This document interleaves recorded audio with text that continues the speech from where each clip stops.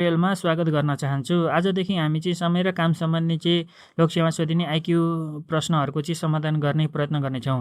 यहाँ विभिन्न किसिमका प्रकृतिका चाहिँ प्रश्नहरू उल्लेख गरिनेछ, जसलाई चाहिँ समाधान गर्न सक्षम भएपछि लोकसेवामा सोधिने प्रायः सबै किसिमको चाहिँ समय र कार्य सम्बन्धी प्रश्नहरूको चाहिँ समाधान गर्न सकिनेछ। अब यसको चाहिँ समय र काम भनेको केसँग सम्बन्धित छ भन्दाखेरि कुनै काम कति समय लाग्छ गर्नको लागि, अथवा कुनै समयमा चाहिँ कति भाग काम गरिन्छ, एकजनालाई कति समय लाग्छ, दुईजनालाई कति समय लाग्छ, अनि कुन व्यक्तिको एफिसियन्सी कति हो, त्यो एफिसियन्सीको आधारमा उसले कति काम कति समयमा गर्न सक्छ भन्ने जस्तो प्रश्नहरूको समाधान चाहिँ यस च्याप्टरमा चाहिँ गर्ने प्रयत्न गर्नेछौँ। अब यसमा चाहिँ कुनै फर्मुला अथवा चाहिँ कुनै अगाडि नै याद गर्नुपर्ने केही चिज हुन्छ भन्ने कुरो चाहिँ हुन्न। यसमा खालि हामीलाई प्राय एलसिएम निकाल्न चाहिँ जानुपर्ने हुन्छ। अनिखेरि हामीले चाहिँ उदाहरण हेर्दै चाहिँ यस किसिमको चाहिँ प्रश्न कसरी हल गर्ने भन्ने कुरो चाहिँ हामीले यहाँ सिक्न सक्दछौँ। अब जाउँ प्रश्नहरूतर्फ। एले कुनै काम 12 दिनमा, बीले 18 दिनमा गर्न सक्छ भने दुवै मिले उक्त काम कति दिनमा गर्न सक्छन्? एलाई कति दिन लाग्यो कुनै काम गर्नलाई? 12 दिन लाग्यो। बीलाई कति दिन लाग्छ? 18 दिन लाग्छ। भनेपछि दुईजना मिलेर चाहिँ त्यो काम कति दिनमा गर्न सक्ने रहेछन् भन्ने प्रश्न यसमा सोध्यो। अब जाउँ यसलाई कसरी गर्ने भन्दाखेरि सुरुमा लेख्ने ए ड्यास इक्वल टु 12 यो फर्मेट हो। त्यो अगाडिको पछाडिको 3लाई अहिले बिर्सिने, 3को चाहिँ अहिले त्यो मैले लेखेको छु पछि युज हुन्छ, 3लाई अहिले बिर्सिने, खालि हामीले ए ड्यास ड्यास ड्यास गरेर 12 लेख्ने, किनभने 12 दिनमा गर्छ। अब 20 ड्यास ड्यास गरेर 18 लेख्ने, त्यो 2लाई चाहिँ अहिले हामी बिर्सिने, 3 र 2 अहिले लेखेको छैन भने त्यसै गरी बिर्सिने। भनेपछि A dash dash equal to 12, B dash dash equal to 18, अनि 12 र 18को एलसिएम लिने, त्यसलाई टोटल वर्क मान्ने। टोटल वर्क इक्वल टु अब कति भयो? एलसिएम 12 र 18को 36 भयो। एलसिएम कसरी निकाल्ने भन्ने कुरो चाहिँ त्यही युट्युबमा चाहिँ अर्को भिडियोहरू सर्च गरेर हेरेर चाहिँ सिकेर आउँदा हुन्छ। अब एलसिएम भनेको के हो भन्दाखेरि एलसिएम भनेको त्यस्तो सानो नम्बर हो जुन नम्बरलाई चाहिँ दिएको सबै नम्बरले चाहिँ भाग जान्छ, फ्र्याक्सन नआइकन। भनेको मतलब 36 यसको एलसिएम भयो। 36लाई 12ले भाग गर्दा कति हो? 3 आउँछ हो। अब चाहिँ लेख्ने 3, त्यो 12को छेउमा ड्यास ड्यास ड्यास गरेर 3 लेखिएको छ हो। 3 भनेको के हो भन्दाखेरि 36लाई 12ले भाग गर्दाखेरि 3 आयो, 36लाई 18ले भाग गर्दाखेरि कति आयो? 2 आयो हो। 3 र 2को मतलब त्यो हो। भनेपछि यो अब यसमा के बुझ्ने भन्दाखेरि यो टर्महरू एले एक दिनमा 3 भाग काम गर्न सक्छ, बीले एक दिनमा 2 भाग काम गर्न सक्छ, टोटल वर्क 36 छ। भनेको मतलब के छ? ए र बी दुईटै मिलेर एक दिनमा कति काम गर्छन्? 3 2 5, दुईटा जोड्ने 5 भाग काम गर्छन्, अनि टोटल वर्क 36 छ। 36 भागा 5 इक्वल टु कति हुन्छ? दुईजनालाई कति दिन लाग्छ भन्ने कुरो भयो, 7.2 दिन लाग्ने रहेछ। अब अर्को प्रश्नमा जाउँ। ए र बीले कुनै काम 20 दिनमा गर्न सक्छन् र ए एक्लैलाई 36 दिन लाग्छ भने बी एक्लैलाई उक्त काम गर्न कति दिन लाग्छ? अब यसमा अहिलेको जस्तै गरी लेखौँ, ए र बी ड्यास ड्यास 20 लेखिदिने, ड्यास ड्यास 9लाई बिर्सिने। अहिले ए एक्लैलाई कति? 36 दिन, ए ड्यास ड्यास 36 लेख्ने, 5लाई बिर्सिने। अब 20 र 36को एलसिएम कति हुन्छ? 180। 180लाई टोटल वर्क मान्ने। अब ए प्लस बीलाई 9 दिन लाग्छ एउटा काम गर्नलाई, होइन। ए प्लस बीले एक दिनमा 9 भाग काम गर्छन्, एले एक दिनमा 5 भाग काम गर्छ। भनेपछि ए प्लस बीबाट ए घटायो भने त बी माइक रह्यो। भनेपछि बीले कति दिन गर्छ एक दिनमा? 5 भागा 9 भागा 5 गर्दाखेरि 4 भाग काम गर्छ। बीले एक दिनमा 4 भाग काम गर्छ। भनेपछि डे टेकन दिन कति लाग्छ भन्दाखेरि टोटल वर्क बाई बीलाई लाग्ने, बीले एक दिनमा गर्ने काम। भनेपछि 180 भागा 4 इक्वल टु कति? 45 दिन। भनेपछि बी एक्लैलाई उक्त काम गर्न 45 दिन लाग्छ। अब अर्कोमा जाउँ। ए बी र सीले कुनै काम क्रमशः 10 12 र 15 दिनमा गर्न सक्छन्, तिनैजना मिली उक्त काम कति दिनमा गर्न सक्छन्? अब यो पनि अहिलेको जस्तै हो। A dash dash 10, B dash dash dash 12, C 15, अनि 10 12 र 15को एलसिएम 60, 60लाई टोटल वर्क मान्ने, 60लाई 10ले भाग गर्दा 6, 60लाई 12ले भाग गर्दा 5, 60लाई 15ले भाग गर्दा 4, तिनैजना मिलेर काम गर्दा भन्दाखेरि 3 जनाले एक दिनमा गर्ने काम कति भयो? ए प्लस बी प्लस सीको काम भनेको 6 + 5 + 4 कति भयो? 15, अनि टोटल वर्क 60लाई चाहिँ 15ले भाग गर्दाखेरि दिन आउँछ, गर्दा 4। पी क्यू र आरले कुनै काम 15 दिनमा गर्न सक्छन्, पी क्यूले सो काम 20 दिनमा गर्न सक्छन् भने आरलाई मात्र कति दिन लाग्ला? अब यहाँ हेरौँ, पी क्यू र आरले कुनै काम 15 दिनमा गर्न सक्छन्, P plus Q plus R dash 15, अनि पी र क्यूले सो काम कति दिनमा गर्न सक्छ? 20 दिनमा गर्न सक्छ, ड्यास 20। 15 र 20को एलसिएम कति भयो भन्दाखेरि 60 भयो। अब 60 भागा 15 4, 60 भागा 20 3। पी क्यू र आरले एक दिनमा 4 भाग काम गर्छन्, पी र क्यूले एक दिनमा 3 भाग गर्छन् भनेपछि आरले एक दिनमा कति भाग काम गर्छ भन्दा पी क्यू आरबाट पी क्यू घटायो भने कति आर बाँकी रह्यो भनेपछि 4 - 3 भनेपछि 1 भनेपछि total day taken equal total work by time task complete by R in 1 day गर्दाखेरि 60 भागा 1 इक्वल टु 60 दिन लाग्छ। अब अर्कोमा जाउँ। एले कुनै काम 120 दिनमा, बीले 150 दिनमा गर्छन्।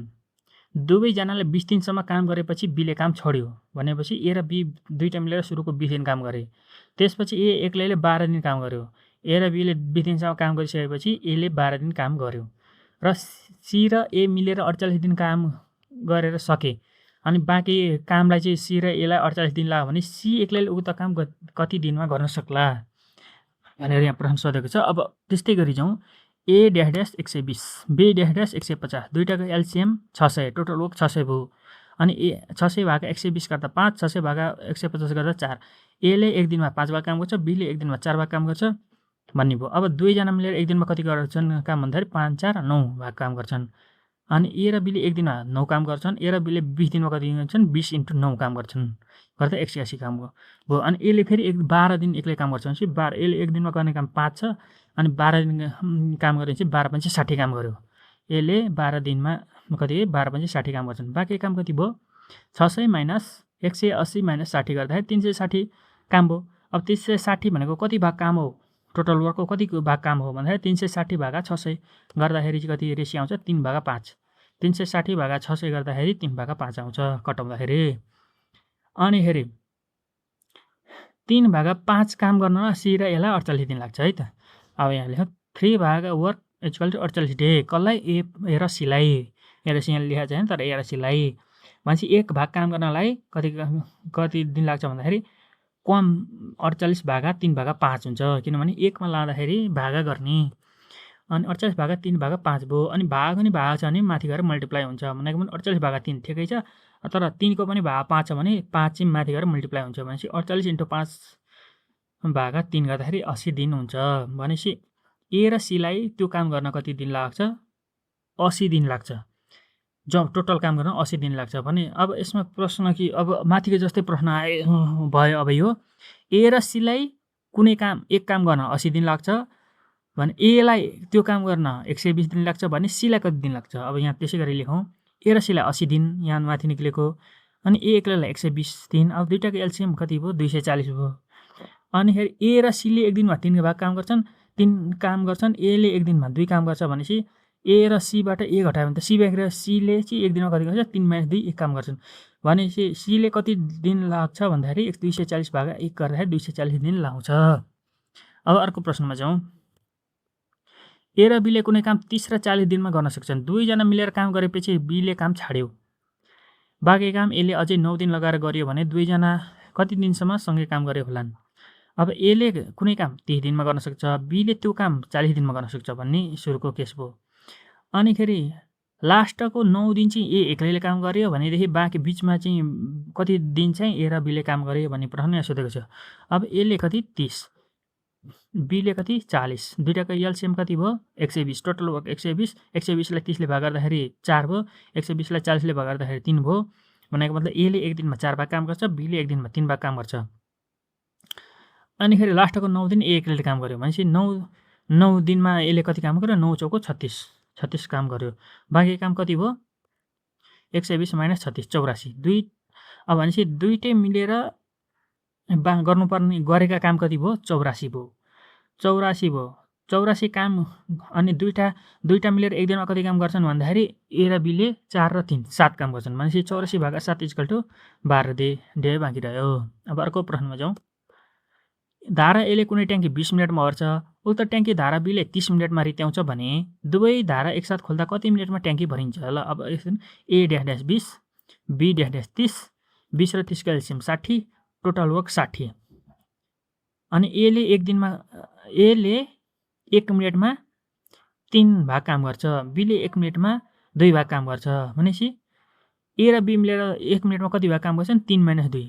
किन माइनस भन्दाखेरि बीको काम त नेगेटिभ छ नि त, रित्याउने चाहिँ एक काम भर्ने छ, त्यसैले 3 - 2 1 भाग काम गर्छन्। ए र बी मिलेर 1 भाग काम गर्छन् भनेपछि टोटल वर्क 60 भागा 1 गर्दाखेरि 60 मिनेट लगाउँछन्। अब अर्को प्रश्नमा जाउँ। 60 जना मानिसले 12 घण्टाको दरले काम गर्दा 15 दिन लाग्छ भने 30 जना मानिसले दिनको 16 घण्टाको दरले काम गर्दा कति दिन लाग्छ?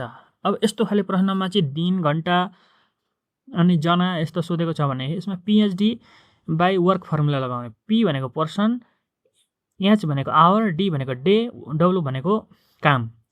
अनिखेरि यसमा पहिलो केसको लागि PhD by work equal to दोस्रो केसको PhD भागा वर्क गर्ने। अब यहाँ PhD यसलाई अगाडिको लागि P1 H1 D1 by W1 नि लेख्न सकियो, पछाडिको लागि P2 H2 D2 by W2 नि लेख्न सकियो। अब यो भ्यालु राखौँ। P भनेको सुरुमा कति पर्सन 60 जना, H भनेको आवर कति 12 घण्टाको दरले इन्टु डे कति 15 दिन लाग्छ, अनि वर्क कति यदि भाग काम भने होइन पुरै काम भने भनेपछि 1 इक्वल टु, अनि दोस्रो केसमा कति छ कतिजनाले 30 जनाले कति घण्टाको दरले 16 घण्टाले कतिजना कति दिन x मानौँ भागा 1 पुरै काम भने। अब यो दुईटालाई काट्दाखेरि कति 45 भागा 2 भनेपछि 22.5 दिन लाग्छ, 22 दिन लाग्छ अनि आधी दिन लाग्छ। अब अर्को प्रश्नमा जाउँ। 600 जना विद्यार्थी भएको होस्टेलमा 50 दिन पुग्ने खाना छ। 15 दिनपछि 180 जना विद्यार्थीले होस्टेल छाड्यो भने बाँकी खाना कति दिनलाई पुग्छ भनेपछि त, अनि बाँकी विद्यार्थी कति भयो भन्दाखेरि 600 जना माइनस 180 भए कति दिन पछि 15 दिन पछाडि है त।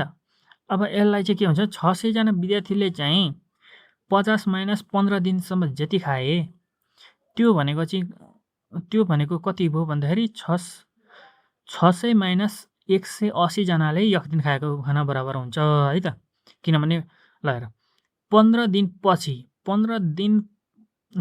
दिन पछि भनेपछि 600 जना विद्यार्थीले त कति दिन खाए बाँकी दिन कति भयो भन्दाखेरि 50 माइनस 15 भनेपछि कति 35 दिन।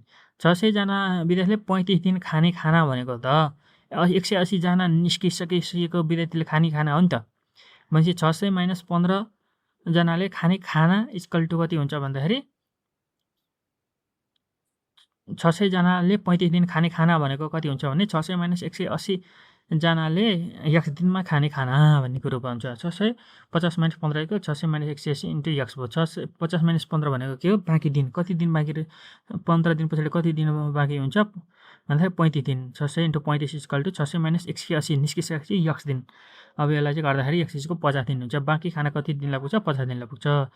अब 10मा 6 जना पुरुष वा 8 जना महिलाले कुनै काम 15 दिनमा गर्छन् भने 3 जना पुरुष र 6 जना महिलाले उक्त काम कति दिनमा गर्न सक्छन्। अब यहाँ हेरौँ 6 जना पुरुष वा 8 जना महिलाले कुनै काम 15 दिनमा गर्न सक्छन् है त। वा भने 6 जना पुरुषको र 8 जना महिलाको इफिसियन्सी एउटै छ, 2 जनाले कति दिनमा 15 दिनमा काम गर्न सक्छन्। अब यसलाई हेरौँ 1 जना पुरुषले एक काम कति दिनमा गर्यो भने 15 छक्का 90 दिनमा गर्छ। किनभने 6 जना पुरुषले